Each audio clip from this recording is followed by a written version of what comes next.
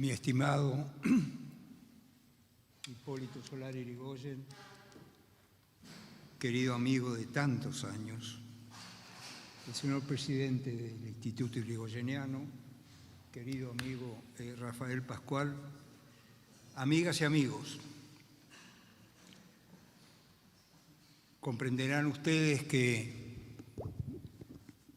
tomando la palabra al lado de Hipólito Solari Yrigoyen, sobrino nieto de don Hipólito, la emoción corre pareja con la razón y la frialdad del historiador ante una figura gigantesca de la historia argentina.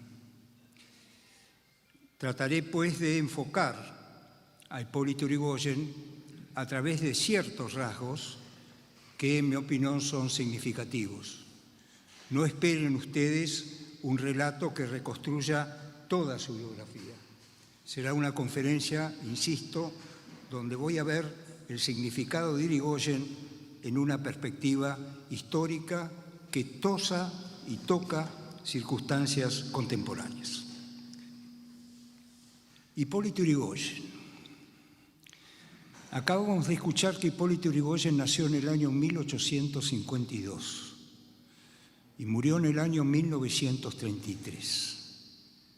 Si admitimos que la vida cívica de Yrigoyen comenzó en su primera juventud, allá cuando tenía 17, 18 años, hay 33 años o 32 años de vida de Yrigoyen en el siglo XIX y 33 años de vida en el siglo XX.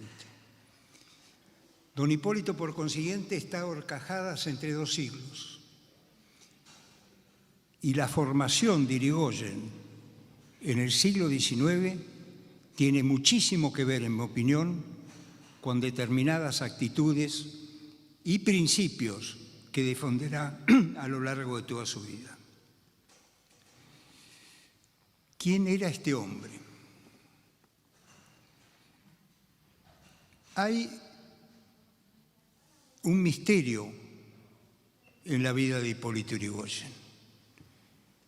Tal vez la mejor biografía que se ha escrito sobre Yrigoyen, como biografía introductoria, es la de Manuel Gálvez, que todavía es sumamente útil para que un nieto, por ejemplo, que me pregunta cómo me entero de Yrigoyen, entre en su vida. Gálvez, con una pluma genial que tenía, calificó a Yrigoyen como el hombre del misterio. Y realmente hay un misterio. Toda mi vida de historiador me he preguntado cómo este hombre pudo construir un partido, una democracia en silencio. El silencio de Hipólito Yrigoyen. ¿Qué es eso? Un hombre que jamás habló en público, que sí escribió, por cierto. Tenemos recopilaciones de textos muy importantes de él, pero jamás habló en público. Claro, ventajas de la edad. En mi adolescencia y juventud pude tener contacto con gente, dirigentes radicales, que en su juventud habían tenido trato más cotidiano, más cercano con Yrigoyen. Y con todos ellos llegué a la conclusión de que el hombre político que encarnaba Yrigoyen era el hombre que atraía a través de dos virtudes muy grandes: la virtud de la conversación y la virtud del carácter. No hay liderazgo político sin carácter. Y creo que el carácter de Hipólito Yrigoyen alcanzó alturas magistrales en la historia argentina. Pero voy a la conversación. ¿Cómo es posible que a través de la conversación, del diálogo constante, del movimiento, haya surgido ese partido que luego de la división de la década del 90 se llamó Unión Cívica Radical? Este fenómeno para mí no tiene respuesta.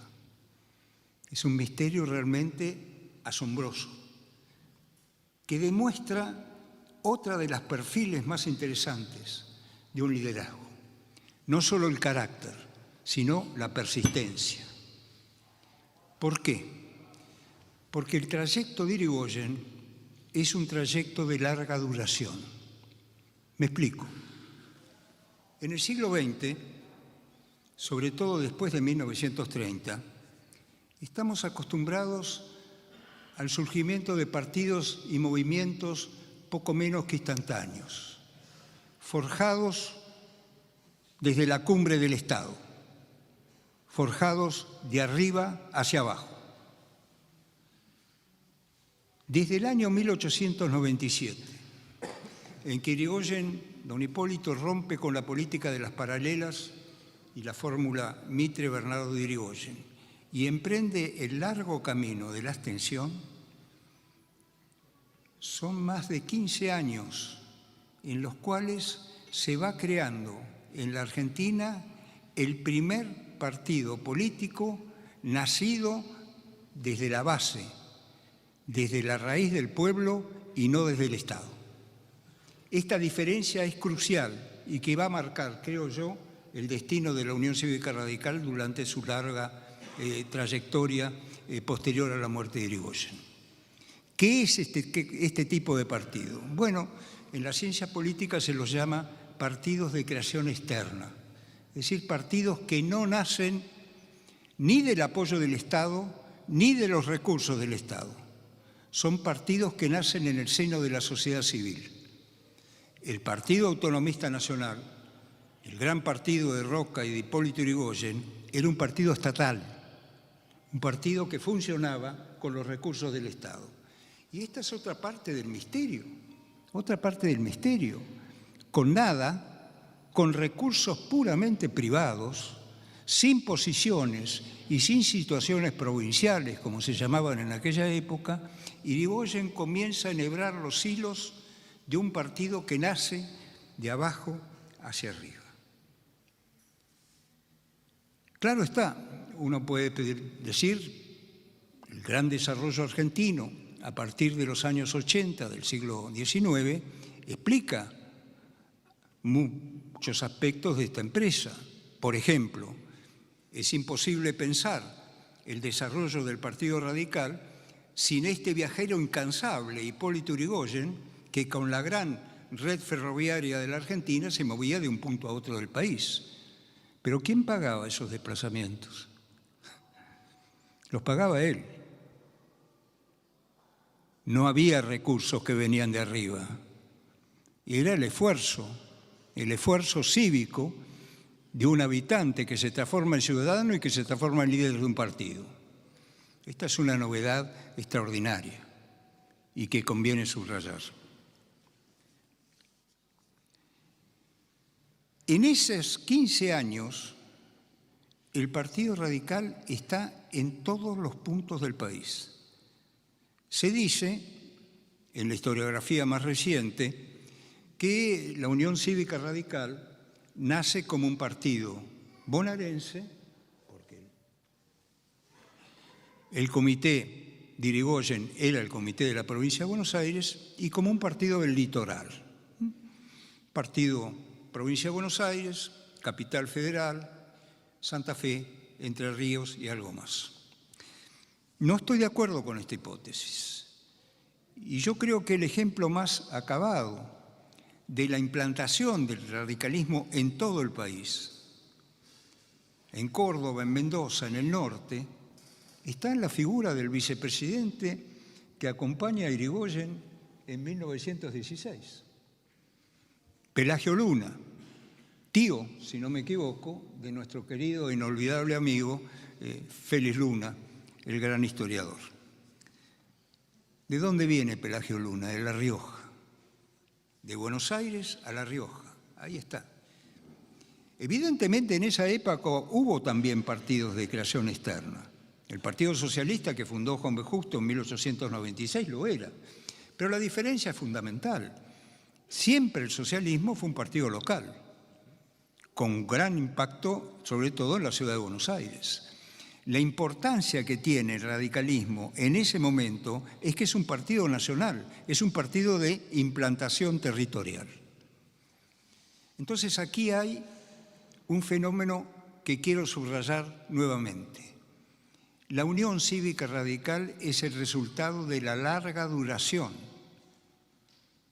de una larga preparación que arranca en los hechos de 1890, 1893, y que recién llega a la presidencia en 1916 y en los años previos a la reforma electoral de 1912. Tengan en cuenta esto, el siglo XX es el siglo desgraciado de la Argentina, de la creación instantánea de movimientos, liderazgos que al fin de cuentas terminan apagándose.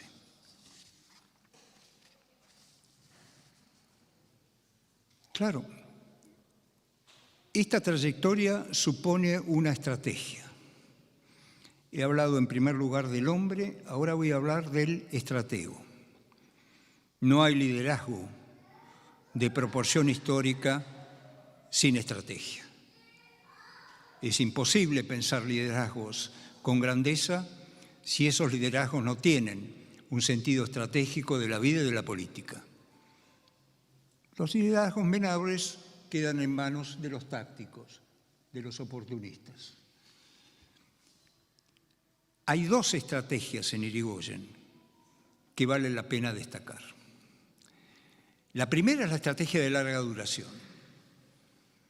En esa estrategia de larga duración, Irigoyen dice dos cosas. Primero, que el radicalismo se identifica con la nación.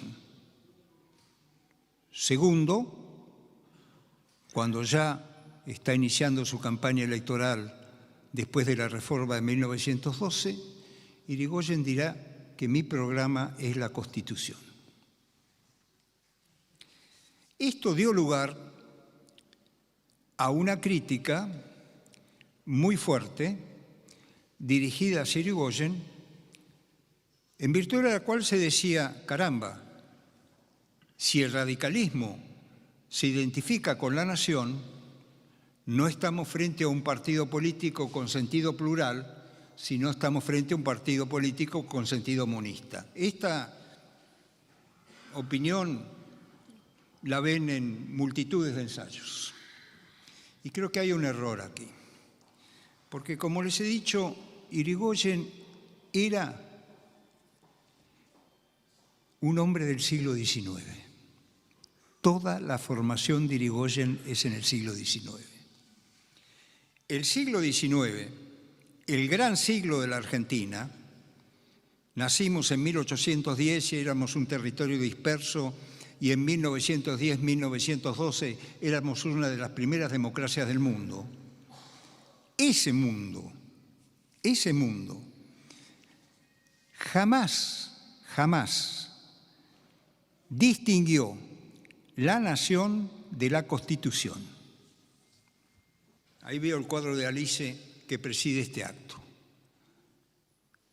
La nación argentina es la nación de la Constitución Nacional. Cuando en el siglo XX el concepto de nación se divide, se separa del concepto de Constitución, ahí vienen los problemas. Empezamos a elaborar en el siglo XX conceptos de que la nación es esencial, que precede a la Constitución y que por lo tanto hay factores, el ejército, la iglesia, etcétera, que preceden a la nación y a la Constitución. Eso en el siglo XIX no se concebía. Y en parte se debe a las historias de Mitre y otro tipo de desarrollos que no es del caso analizar aquí. Lo he hecho en varios libros.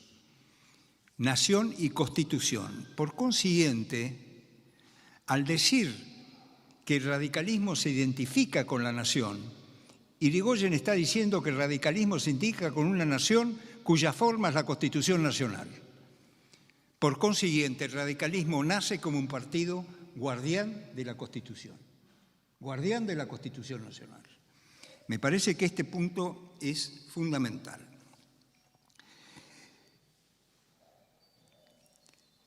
Si se identifica la nación con la Constitución para Irigoyen es un objeto cuasi sagrado, de acuerdo con ese lenguaje tan peculiar que tenía, que debe ser regenerado. Irigoyen es uno de los ejemplos, creo yo, más acabados de la tradición regeneracionista española de raíz kraussiana, que plantea simplemente regenerar el tejido dañado de una institución valiosa. No se trata de cambiar la Constitución, se trata de regenerarla, de volver a sus orígenes. Por eso, de acuerdo con su peculiar lenguaje, ese régimen falaz y descreído de los años 80, es falaz y descreído porque está dañando la Constitución en uno de los aspectos que Irigoyen ve con muchísima claridad y que, por supuesto, tenía ya antecedentes en las discusiones y polémicas previas. Es decir, una Constitución que está amputada del ejercicio de la libertad política. Y entonces aquí se plantean una de las grandes paradojas del siglo XIX, que las revoluciones se hacían en nombre de la Constitución. Y quienes reprimían las revoluciones lo hacían también en nombre de la Constitución. Eso no va a ocurrir en el siglo XX. Eso no va a ocurrir en el siglo XX. En el siglo XX las revoluciones se hacen sobre la base, o las rebeliones militares, sobre la base de conceptos esencialistas de la nación, como trataré de demostrar de inmediato. El estratego, por consiguiente, de larga duración, pero el estratega de corta duración. Aquí hay un momento excepcional, ¿no? Después de la Revolución de 1905, una revolución fallida que tiene poco apoyo popular, eso lleva a una reflexión muy profunda por el lado del radicalismo y del propio Irigoyen. Pero lo cierto es que, a través de Figueroa Alcorta y después con Roque Sáenz Peña, Irigoyen negocia. Irigoyen llega a la conclusión de que es mejor conversar con la oposición para lograr una salida electoral que sea beneficiosa para todos. Ese es el origen de la ley Sáenz Peña, ¿eh? Son conversaciones privadas. Son conversaciones privadas. A punto tal que hasta Irigoyen imagina un sistema electoral británico del siglo XVIII para ya dar ideas acerca de lo que se llamará la ley Sáenz Peña, ¿eh? Claro, se lanza lo que yo he llamado la transición hacia la democracia corta, que comienza en 1912 y culmina en 1916. Y aquí nuevamente fíjense lo atractivo de la figura. ¿Qué es lo que domina esa estrategia electoral de Irigoyen de corta duración? El silencio. El conservadorismo, al que Indalecio Gómez, el ministro del Interior de Sáenz Peña, soñaba que se transformara en un gran partido orgánico, cae herido por el faccionalismo. Esta es una nota a pie de página, que quiero recalcar. El faccionalismo es uno de los dramas argentinos que veremos de inmediato también impacta sobre el radicalismo. Pero los partidos conservadores, los partidos del régimen, como lo llamaba Irigoyen, en esos 4 años estallan. Y estalla también el Partido Socialista, el faccionalismo argentino. Irigoyen calla. Mientras los conservadores y liberales se dividen, Irigoyen calla. Hasta que llega un momento donde dice sus famosas palabras: hagan de mí lo que quieran. Y va hacia la presidencia. Vean ustedes el uso del silencio, en un país que, digamos que tiene algún exceso de palabras, ¿no? Cuando Irigoyen llega a la presidencia, sin embargo, el faccionalismo ya está entrando en el radicalismo. Ya antes del centenario, Roberto Ortiz y Leopoldo Melo, que participarán posteriormente en la concordancia por el lado radical antipersonalista de los años 30, habían planteado diferencias de fondo con respecto a la actitud abstencionista de Irigoyen. Que Irigoyen yo creo que detiene rápidamente debido a las negociaciones inmediatas que se entablan con Figueroa Alcorta y Roque Sáenz Peña. Pero, y esto es muy importante recordarlo, ese momento es el momento en el cual uno imaginaba un partido monolítico llegando al poder y, sin embargo, ya hay un sector que no está del todo de acuerdo con la elección de Irigoyen en el colegio electoral, que son los electores de Santa Fe. Por supuesto, Irigoyen salva esta dificultad y al final de cuentas el colegio electoral va a consagrar a Irigoyen presidente de la nación. Es desde ese momento en que el líder, el fundador de un partido, pasa a desempeñar las virtudes y la durísima tarea, rugosa, implacable, no generosa, del hombre de Estado. El hombre de Estado es un solitario cuando tiene que enfrentar el fragor de la lucha política. Irigoyen, lo hemos escuchado, como ustedes saben, es presidente entre el 16 y el 22 y es presidente entre el 28 y el 30, en que es derrocado por el primer golpe de Estado que va a abrir un periodo, en mi opinión, nefasto en la historia argentina. Lo que quiero destacar aquí, porque no voy a hacer una descripción exhaustiva de su gestión de gobierno, es el drama de Irigoyen como hombre de Estado. Irigoyen como hombre de Estado tuvo que enfrentar las dos peores crisis económicas de la Argentina en las 3 primeras décadas del siglo XX. Por supuesto, entre el 28 y el 29 tuvo que afrontar la famosa crisis que se desató luego del Martes Negro de Wall Street en 1929. Fíjense esto, Irigoyen asumió en octubre del 28, a los pocos meses se derrumbó un sistema económico internacional. Lo que no se advierte a veces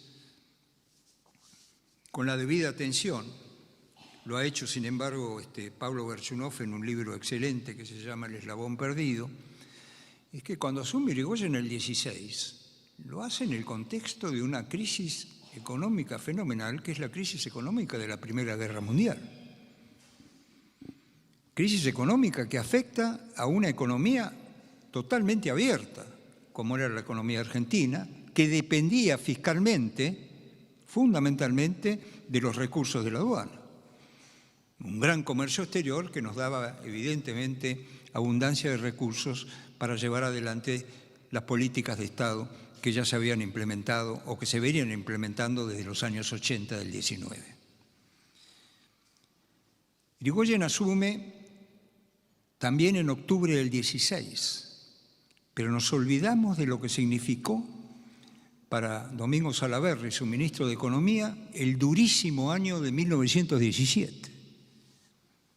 Recién en el 1919, podemos tener un descanso, porque la economía comienza a moverse nuevamente. Irigoyen, por consiguiente, inaugura su presidencia en las peores condiciones. Y claro, ¿en qué condiciones lo hace? La economía con patrón oro. Se impone, por consiguiente, el rigor fiscal. es un aspecto que no se valora lo suficiente. El rigor fiscal de Irigoyen para enfrentar la crisis. Evidentemente hay que suspender obra pública para defender fundamentalmente el trabajo y el salario. Y seguir con la política de apertura al patrón oro que ya había puesto en marcha Victorino de la Plaza. Este es otro perfil al cual me voy a referir al término de esta disertación. El hombre de Estado es el hombre de Estado que tiene rigor fiscal, que no busca salidas fáciles. Y en ese momento Irigoyen nos da esa lección. También el hombre de Estado tiene que aplicar la coacción. Y aquí hay un problema muy serio. Irigoyen tuvo que enfrentar la Semana Trágica en 1919. Irigoyen tuvo que enfrentar las rebeliones en la Patagonia que tendrán lugar poco tiempo después. ¿Que hubo represión? Sí la hubo. ¿Que pudo haberse hecho una solución más benigna? Tal vez. Pero tengamos en cuenta que lo que se impone ante todo para el hombre de Estado es el mantenimiento del orden. Y la represión a la Semana Trágica no se hace con suspensión de garantías. Eso me parece que es un dato que hay que tener en cuenta y que significa para la oposición presentar la figura de Irigoyen, sobre todo eso viene muy fuerte por el lado socialista y anarquista, como un represor. Bueno, estos son los dilemas fundamentales del hombre de Estado. Reprimir para mantener el orden o dejar hacer para que el orden constitucional se venga abajo. Hay un hecho, sin embargo. Después de ambas represiones, el orden constitucional se mantuvo. Y como las más absolutas garantías de libertad de expresión, de libertad de asociación, etcétera, etcétera.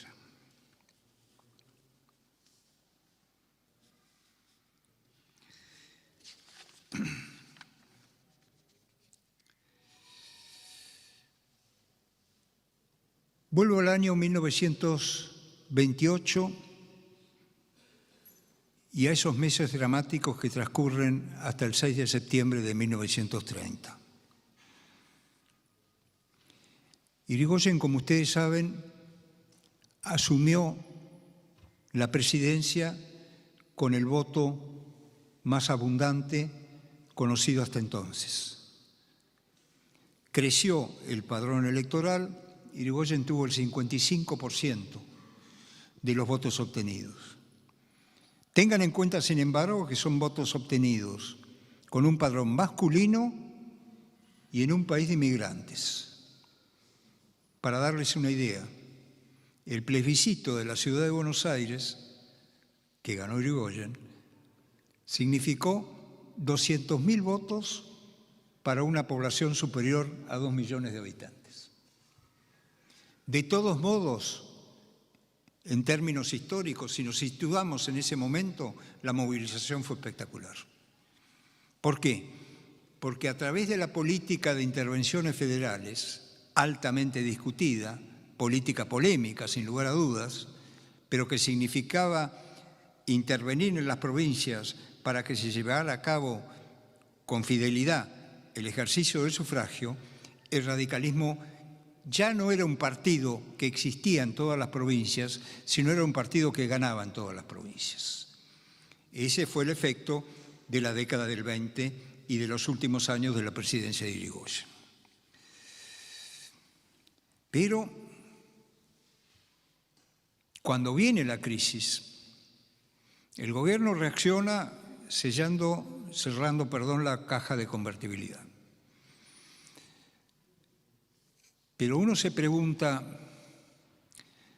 ¿podría haber reaccionado Irigoyen de otra manera? Es una pregunta que corre el riesgo de ser respondida con contrafácticos.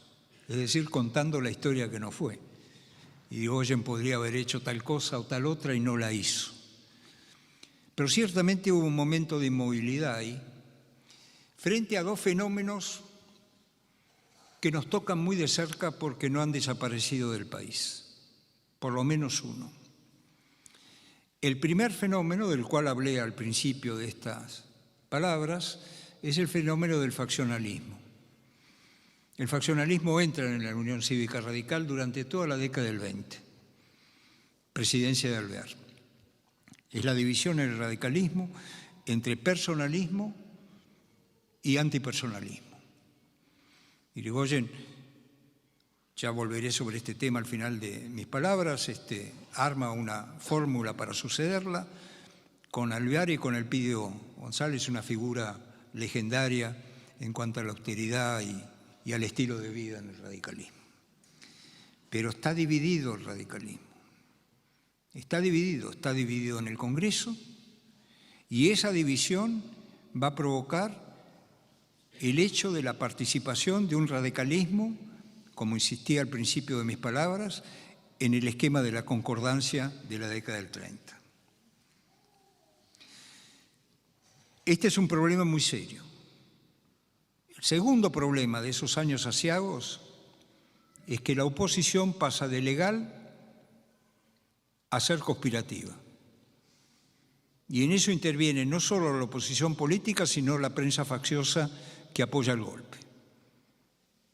Ya intervienen en ese momento ideologías que no vienen de Argentina fundamentalmente, sino que en mi opinión vienen básicamente de Francia, contrarias al principio de legitimidad de la democracia republicana. Es decir, lo que vale en la política es recuperar las esencias nacionales para asumirlas a cualquier precio y sin respetar ninguna legalidad. Ese va a ser el espíritu que infunde no a la tendencia de Agustín P. Justo en el golpe de 1930, pero sí a la tendencia que va a encarnar José Félix Uriburu. Los primeros morrosianos de la Argentina, por Charles Maurras, un personaje muy inteligente, muy buen escritor, que terminó vinculado al régimen de Vichy y a los peores excesos en materia de antisemitismo, el régimen colaboracionista de Vichy. Irigoyen, pues, cayó en 1930. Y la caída de Irigoyen en 1930 abrió en la Argentina una crisis de legitimidad que duró más de medio siglo. Recién se cerró esa crisis de legitimidad en 1983 con la asunción de Raúl Alfonsín y la instauración por segunda vez de la democracia. Es importante destacar este hecho. Si hubo larga duración en la formación histórica del radicalismo con el liderazgo de Irigoyen, también después de 1930 hubo larga duración en el autoritarismo argentino. Son 50 años de autoritarismo argentino, expresado por diversas maneras. Un autoritarismo más popular, otro autoritarismo más reaccionario, autoritarismo al fin. Negación de la libertad política, el gran emblema del radicalismo entonces.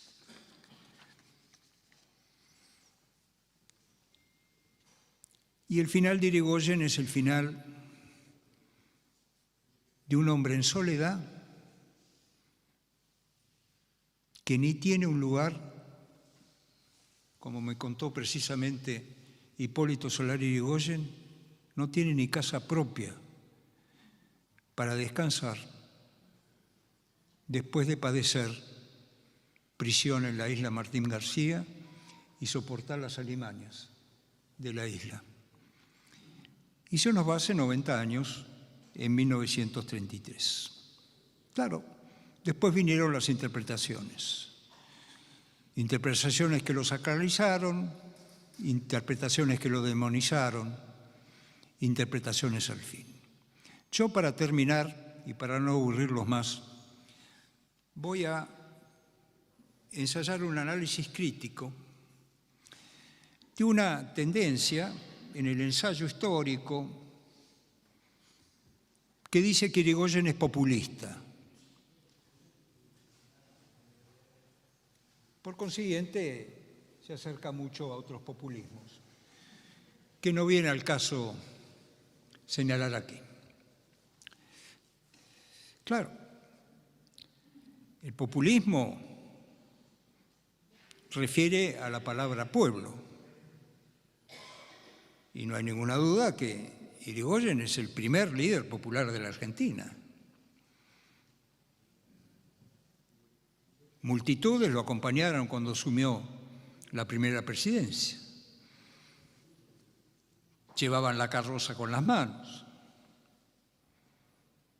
Irigoyen fue un hombre de la multitud. ¿Por qué? Porque inaugura la democracia de masas en la Argentina, aún acantonada en términos masculinos.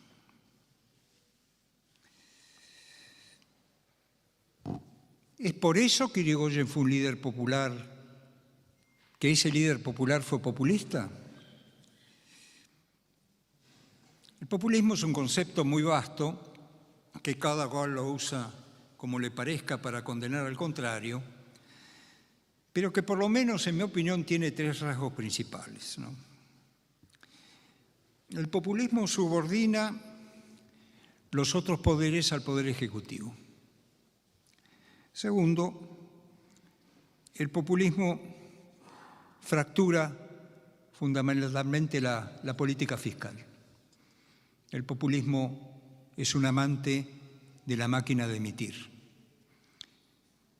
Y en tercer lugar, tal vez el más importante, el populismo es sinónimo de reeleccionismo y del afán de establecer una presidencia perpetua. Hay otros rasgos, me contentaré con estos tres.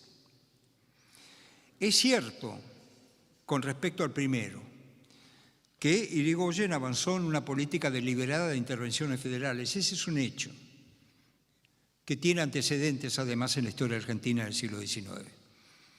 No solo en las presidencias de Roca, que fueron muy benignas en ese aspecto, pero sí el fuerte intervencionismo federal durante la década de 1890, a través de Luis Sáenz Peña, Carlos Pellegrini, etc.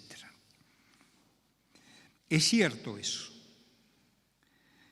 Es cierto, por otro lado, que uno de los elementos más importantes para consolidar la presidencia de Irigoyen es la intervención en la provincia de Buenos Aires de Cantilo en el año 1917.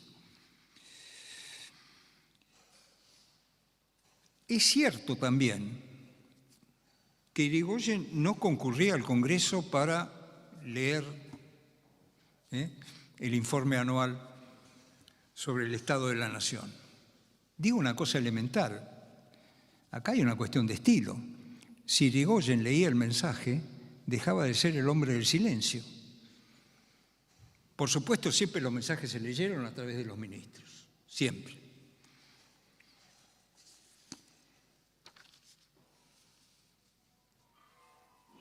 Pero, sin embargo, la actitud de Irigoyen con respecto a decisiones fundamentales de aquel Congreso que provenían del lado conservador, como, yo diría, el paradigmático Código Penal de Rodolfo Moreno, una verdadera joya del derecho penal liberal para aquella época, de 1921, Irigoyen tiene presiones enormes para que lo vete, para vetar ese proyecto, es inmediatamente aprobado por el Poder Ejecutivo. De modo que también hay que ver con cierta matiz las relaciones de Irigoyen con el Congreso Nacional. Pero me parece que lo más interesante a decir aquí es que el populismo tiene una tendencia poco menos que irrefrenable de atacar al Poder Judicial en sus más altas instancias. La obsesión del populismo es que no haya control judicial de los actos del gobierno y de los procesos de corrupción que pueden permanecer impunes.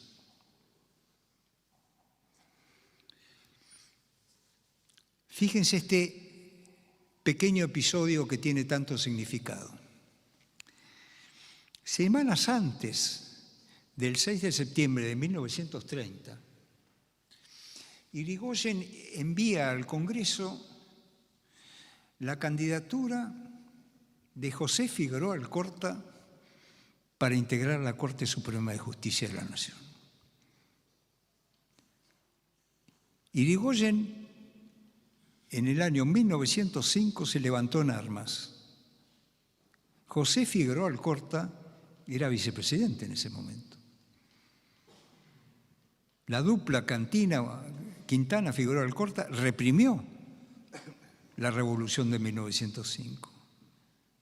El clima de inestabilidad, el clima de falta de amistad, de enemistad cívica en ese momento es muy profundo. Irigoyen aquí tiene otro de los rasgos interesantes de un perfil de hombre de Estado. Irigoyen en esta circunstancia olvida y nombra a Figueroa Alcorta. El propio Figueroa Alcorta, según cuenta Roberto Repetto, el hijo de uno de los miembros de la Corte Suprema de Justicia de la Nación, que va a justificar el golpe de Estado con una acordada, en mi opinión, terriblemente negativa para el desarrollo institucional del país, cuenta que el único miembro de la Corte que en conversaciones privadas estaba resueltamente en contra del golpe de Estado era José Figueroa Alcorta. Al final, los años o el hecho de que la mayoría de la Corte estaba a favor de esa acordada tan nefasta, fundada en una doctrina acerca de los gobiernos de facto, Figueroa Alcorta concede y la acordada sale. Ahora, claro, esa acordada, ¿cuál fue el destino de esa acordada? Una vuelta de tuerca. Sirvió para justificar el golpe neofascista o neofranquista de 1943 y posteriormente sirvió para que el gobierno nacido de ese golpe justifique también el juicio que se hará a la Corte Suprema de Justicia de la Nación en la década del 40. Espero no volver a recordar estas cosas y deseo fervientemente que no sucedan más. Paso por alto la disciplina fiscal, segundo aspecto del populismo, porque ya me he referido a él. Y concluyo con el último punto, con esta pregunta. ¿Fue acaso Irigoyen un líder populista que se perpetuó en el poder? Respondo rotundamente que no. Y aquí hay un tema de teoría política interesantísimo. No se aburren, ya estoy terminando. Se dice, y con toda razón, que Irigoyen fue un líder carismático. El carisma es una noción muy antigua que viene del Antiguo Testamento y que introdujo Max Weber en los estudios de la sociología contemporánea, moderna diríamos ahora. ¿Cuál es la característica del carisma? Es la sacralización del poder. Irigoyen fue sacralizado. Hablaban de la santidad de Irigoyen, hablaban del llamado de Irigoyen, típico de un profeta del Antiguo Testamento, hablaban de la misión de Irigoyen, todos elementos típicos del carisma. Pero cuando Max Weber define el carisma, dice que el problema más difícil de resolver en términos carismáticos es lo que él llamaba la rutinización. ¿Cómo el carisma logra sobrevivir? Empíricamente, el carisma no sobrevive. Muere con aquel que es llamado a desempeñar el papel carismático. Y aquí, claro, se ve cuál fue el arte de Irigoyen para resolver el problema que planteó en el siglo XVII el gran filósofo político Thomas Hobbes, ¿no?